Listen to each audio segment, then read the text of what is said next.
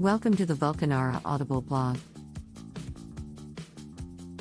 3D Printing History Explained. 3D printing, also known as additive manufacturing, is a process of creating three-dimensional objects by building up layers of material. The history of 3D printing can be traced back to the 1980s when the first patents for 3D printing technology were filed. One of the earliest forms of 3D printing was called stereolithography, SLA. This process involved using a laser to cure, harden, a liquid resin, layer by layer, to create a solid object. Another early form of 3D printing was called fused deposition modeling, FDM, which involved using an extruder to deposit layers of melted plastic to create a solid object.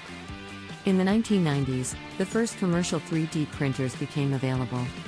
These early printers were primarily used for prototyping and were primarily used by engineers and designers. However, as the technology continued to improve and the cost of 3D printers decreased, 3D printing began to gain popularity among hobbyists and small businesses.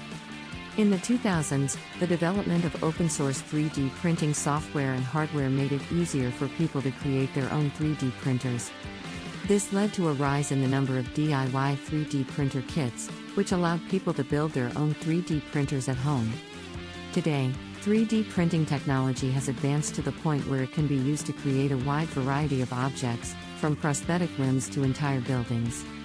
The technology is also being used in a variety of industries, including aerospace, healthcare, and manufacturing. The future of 3D printing looks promising, with new developments such as multi-material printing and bioprinting in the pipeline. In summary, 3D printing has come a long way since its invention in the 1980s. From early forms like SLA and FDM to the open source and DIY movement, to state-of-the-art technology, 3D printing has been developed and refined to become an essential tool across many industries, with many more to come. Thanks for watching. Please like and subscribe, and we will see you soon.